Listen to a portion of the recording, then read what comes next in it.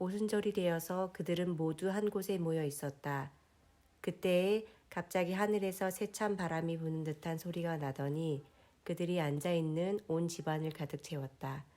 그리고 불길이 솟아오를 때 혓바닥처럼 갈라지는 것 같은 혀들이 그들에게 나타나더니 각 사람 위에 내려앉았다.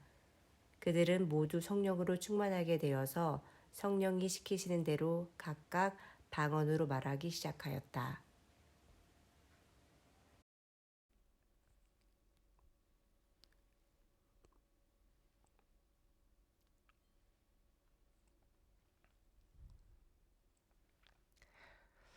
제가 미국에 처음 왔을 때 그 해 겨울에 어, 충격을 선물 받았습니다.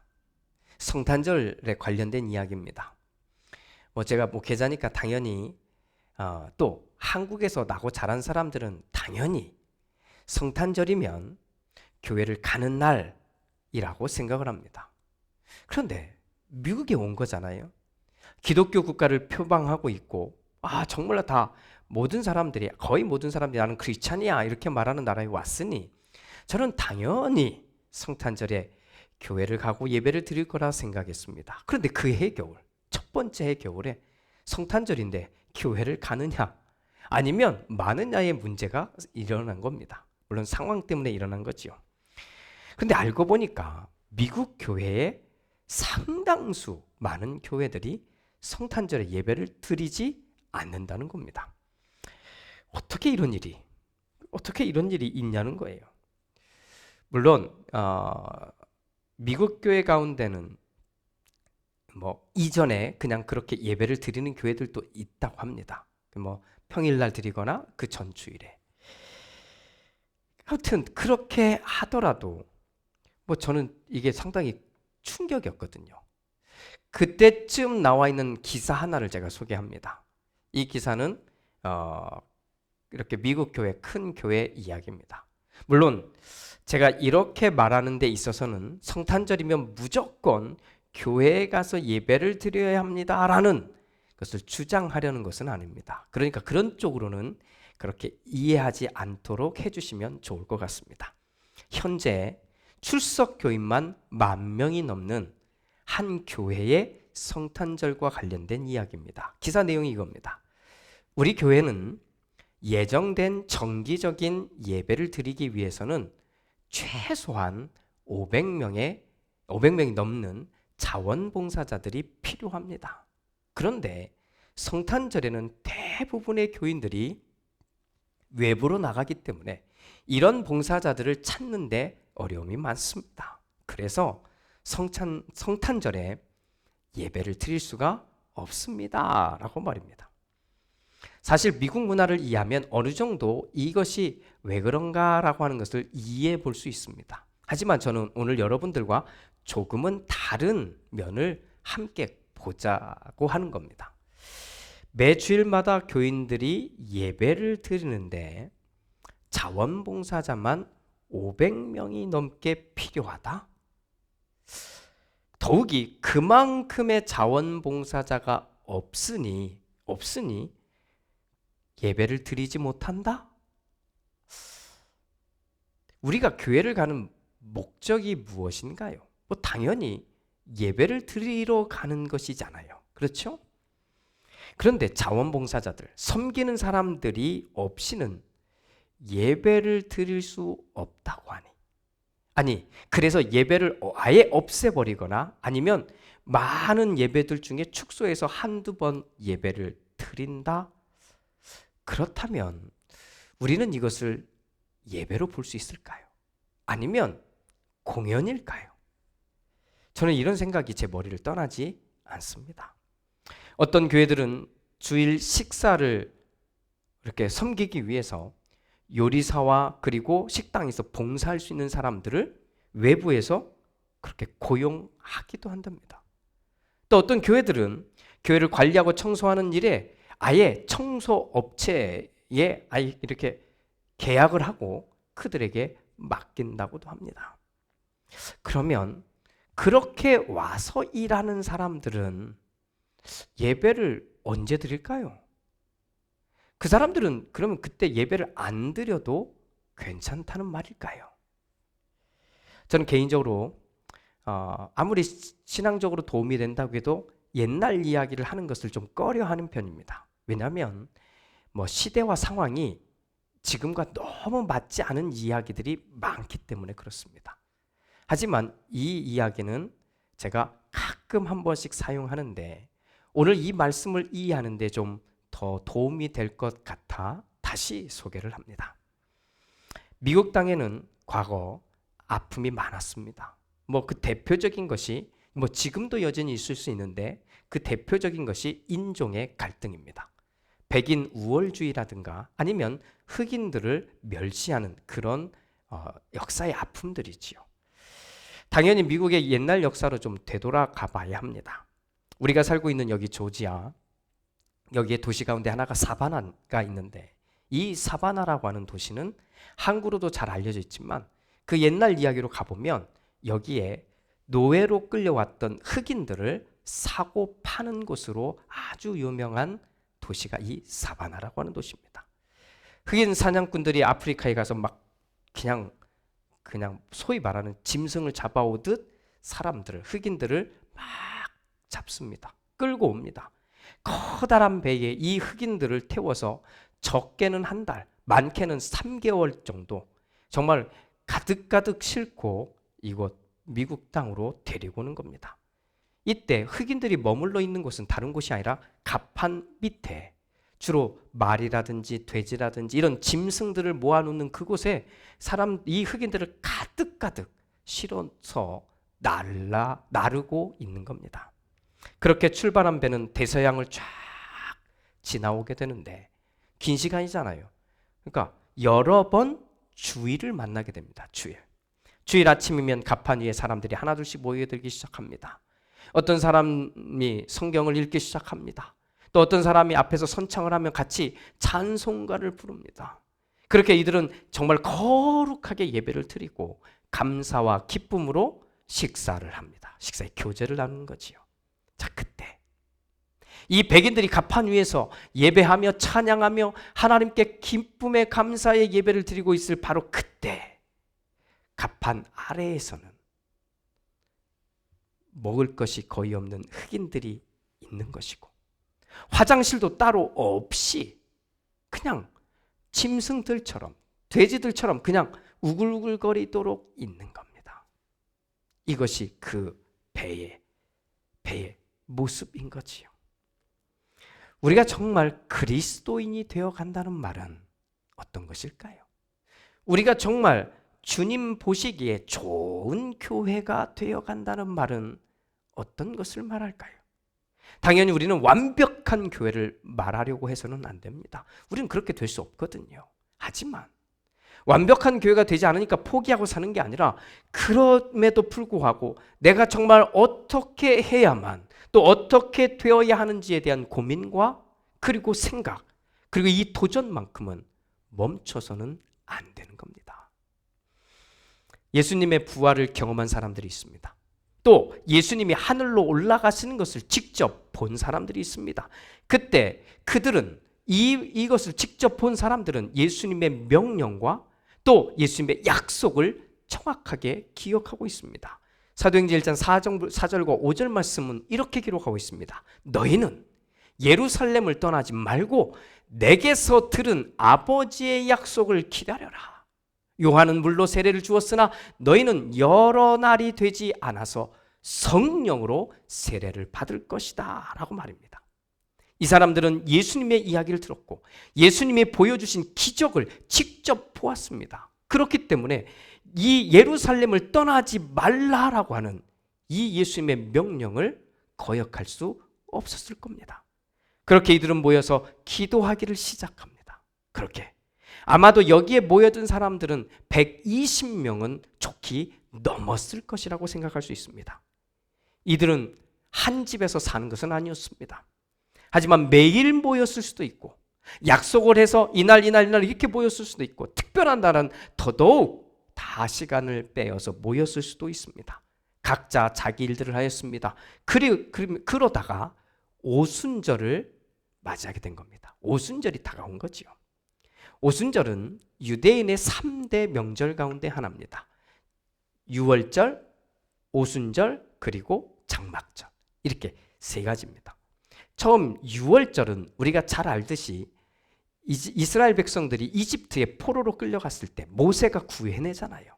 그때 모세가 구해낼 때 바로에게 10가지 재앙을 내리는데 그 중에 맨 마지막 재앙이 첫 번째 생명을 죽이는 거거든요. 그런데 이때 죽지 않고 살아나도록 패스오버 했다고 해서 그날을 기억하기 위해서 만들어진 절기가 유월절입니다. 자, 이 유월절이 있는데 유월절을 하루 지키는 게 아니라 일주일간 지키는데 이때를 무교절이라고 부르는데 이 무교절이 지난 날부터 49일, 그러니까 7번씩 7일씩 7번이 지난 다음 날, 이 날이 여기서 말하는 오순절입니다. 7번씩 7일씩 7번이 됐다고 하니까 77절이라고 부르기도 하고 50번째 날이니까 오순절이라고 이렇게 부르는 겁니다. 아무튼 지금 현대 교회는 이것과 비슷한 절기로 매월 7월 첫 번째 주일인 맥주 감사 주일을 지키는데 이때가 이제 같은 절기라고 보시면 됩니다. 중요한 것은 오늘 우리가 읽은 2장 1절 이 1절이 무엇을 말하느냐는 겁니다. 오순절이 되어서 그들은 모두 한 곳에 모여 있었다. 한번 같이 읽어볼까요? 오순절이 되어서 그들은 모두 한 곳에 모여 있었다. 자, 이것을 한글로만 읽으면 두 가지 포인트를 발견할 수 있습니다. 첫 번째는 오순절이라는 말입니다. 오순절이 딱 나오니까 이 말이 하나의 강조점처럼 딱 들릴 것이고 또 하나는 한 곳 이렇게 들려질 겁니다. 한 곳. 아, 오순절 한 곳. 이게 중요한 포인트처럼 들리는 거죠. 오순절이 의미가 있을 것이고 또 한 곳, 어떤 장소, 이곳이 의미가 있는 것처럼 들릴 겁니다. 그런데 이 말을 원문인 헬라어로 읽으면 그 중요한 포인트가 다르게 느껴집니다. 그 포인트 첫 번째는 이겁니다. 오순절이 중요하다는 말보다는 되어서가 더 중요합니다. 오순절보다 되어서. 그러니까 오순절도 중요하지만 되어서가 더 눈에 들어오게 되고, 두 번째는 우리 번역에는 빠진 것처럼 표현되어 있습니다. 그게 뭐냐면 한 마음 또는 한 뜻이라고 번역될 수 있는 단어가 있는 겁니다. 그냥 그들은 모두 한 곳에 모여 있었다가 아니라 그들은 그곳에 한 마음으로 한 곳에 모여 있었다라고 보는 겁니다. 먼저 오순절이 되어서라고 하는 부분을 살펴보겠습니다. 자, 시간이라고 하는 것은 당연히 흘러가는 거잖아요. 그렇죠? 앞서 얘기했던 유월절이 끝났습니다. 무교절까지 해서 다 끝났어요. 그러면 이스라엘 사람들은 다음 절기인 이 오순절을 기다리는 겁니다. 오순절을 기다리는 거예요. 특별히 유대인 남자들은 의무가 있는데 이 3대 명절에는 반드시 가족들을 데리고 예루살렘 성전으로 가야 하는 거거든요. 이건 의무예요, 의무. 그러니까 자연스럽게 유월절이 끝나면 오순절을 기다리는 겁니다. 그러니까 또 시간이라고 하는 건 멈출 수 없으니까 자연스럽게 다가오는 거죠. 그래서 기다리게 되는 겁니다. 그런데 예수님의 이야기를 보고 듣고 그리고 가슴에 새긴, 지금 이 예루살렘을 떠나지 않고 모여서 성령을 기다리고 있는 사람들에게 이 오순절은 다르다는 거예요. 이 오순절은 다르다는 거예요. 물론 언제 성령님이 오신다고 한 얘기는 하나도 없습니다. 하지만 사도행전의 저자는 이 사건이 일어난 걸 보는 거잖아요. 이 사건이 일어난 걸 보면서 아, 맞다. 이 오순절이라고 하는 게 하나님의 성령이 오고 있는 시간이 차곡차곡 채워졌음을 말해주는 겁니다. 이 단어 하나가 그렇게 묶여져 있는 거예요. 우리는 그냥 되어서라고 이렇게 단순히 말하지만 헬라어의 뜻은 채워지고 또 채워졌다라고 하는 말입니다. 그러니까 어디까지 채워지고 채워졌다는 거예요. 예루살렘을 떠나지 않고 성령이 오시기를 기다리고 있는 그 사람들에게 이 기다림의 시간이 채워지고 또 채워졌다는 말씀으로 보여지는 게 바로 여기인 겁니다.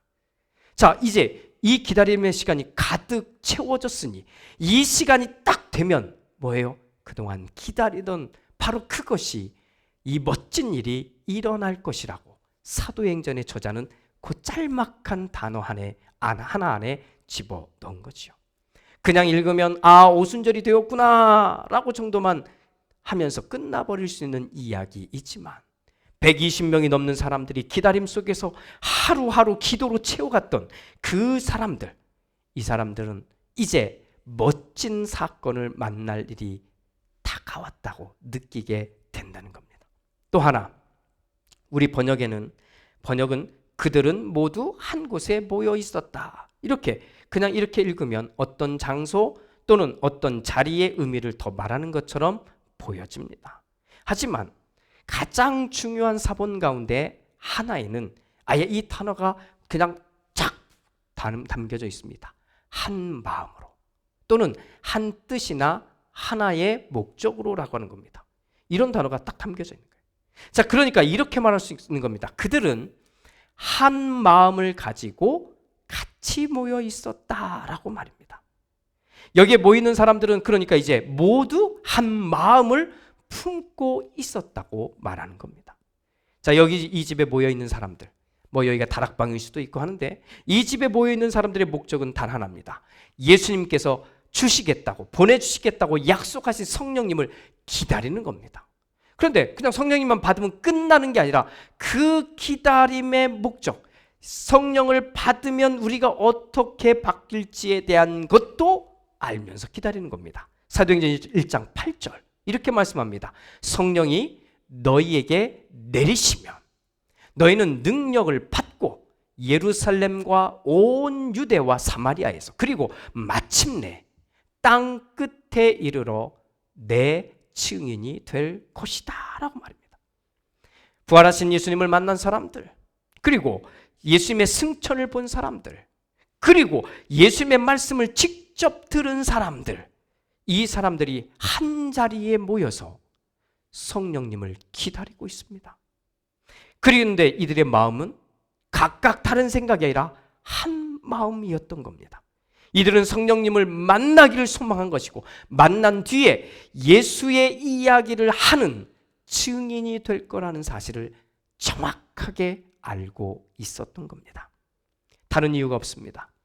또 이들이 모여서 그 여러 날 동안 금식했다는 말도 없습니다. 그러니 사실은 이들이 모여 있어도 누군가는 식사를 준비하는 사람이 있었을 겁니다. 또 한두 사람이 아니잖아요. 그러니까 이런저런 일을 나눠서 해야 되니까 봉사는 누가 하고 섬기면 누가 하고 이런 조직들도 있었을 겁니다. 뭐 크거나 막 이렇게는 아니었겠지만, 그러니 여기에도 뭔가 해야 될 사람들이 있었을 것인데, 그런데 이들은 누구에게 또 언제 이 성령님이 오실지 모르잖아요. 그러니까 그들은 무엇인가를 함에 있어서도 놓치지 못하는 단 하나 가장 중요한 목적이 있었습니다. 성령님을 기다리는 겁니다. 또 성령님이 내게 내리시면 예수 이야기를 하는 증인으로 살아갈 것이다. 내 삶이 다 변하는 거지요. 이것을 알고 있었던 겁니다. 어떤 건물, 어떤 장소, 또 어떤 시간, 그냥 우리가 읽으면 그게 중요한 것처럼 보이는데 아니요. 그게 아니라는 겁니다. 우리는 왜 교회 나옵니까? 우리는 왜 교회 나와서 찬양도 하고 기도도 하고 뭐 이런 걸 합니까? 종교적인 행위를 하려고 일주일에 한 번씩 교회를 나오고 있다면 그것은 지금 이 성경이 쓰여지고 있는 이 시대에 오순절이 되어서 가족들을 다 이끌고 성전에 가야 돼 하고 예루살렘에 모인 사람들과 다르지 않습니다. 그냥 그들과 똑같은 거예요. 성령님은 그 모든 사람, 그 예루살렘에 모인 모든 사람들을 만나 주신 것이 아니라는 겁니다. 성령님을 기다리는 사람, 또 성령님이 오시면 우리가 어떻게 변화되는지를 알고 있는 사람, 그리고 그 하나의 마음, 그런 하나의 목적을 가지고 그 한 마음을 가지고 기다리고 있는 사람에게만 이 성령님이 오신 겁니다. 찾아오신 겁니다. 사랑하는 여러분, 우린 누굽니까? 교회입니다. 믿음을 가지고 사는 사람들입니다. 믿음의 자녀들이고 하나님을 믿는 하나님의 자녀들입니다. 오늘 또 우리에게 주어진 이 길, 믿음으로 걷는 사람들이 우리들입니다. 그런 우리가 정말 소망해야 할 것은 오늘 여기 사도행전 2장에 나와 있는 바로 이 사람들처럼 성령님을 만나는 것이고, 성령을 만나면 나의 삶의 이 모양들이 어떻게 바뀔지 아는 사람이 되는 겁니다. 예수 이야기를 할 줄 아는 사람, 바로 이 사람이 되는 거지요. 오늘 또 성령님과 함께 예수 이야기를 말할 수 있는 우리 모두가 되기를 주님의 이름으로 축복합니다. 아멘. 기도합니다. 주님, 예수님을 경험한 사람들, 십자가의 죽음과 부활과 승천과 다시 오실 것임을 보여주고 알게 해준 바로 그 현장에 있던 사람들에게 예루살렘을 떠나지 말고 성령을 기다리라 말씀하시며, 그 성령이 내리시면 예수 이야기를 하는 증인이 될 거라는 약속의 말씀까지 주셨는데, 이들은 모여 기도하며 이들은 모여 자신들의 삶을 살아가는 그 속에서 이 시간을 차곡차곡 기도하며 기다렸습니다. 그리고 그들에게 약속하신 성령을 보내주시어 그 성령님이 이들을 찾아오게 하셨습니다. 주님, 오늘 우리가 교회이고, 오늘 우리가 교회가 되어가는 사람들이며, 오늘 우리가 믿음으로 살아가는 사람들인데, 그런 우리가 정확하게 이렇게 살아가는, 이런 루트로 살아가는 이 길을 걸어가게 하옵소서. 성령님과 함께 동행하며 성령님과 함께 예수 이야기를 할 수 있는 바로 그 사람이 되게 하옵소서. 축복하며 예수님의 이름으로 기도드립니다. 아멘.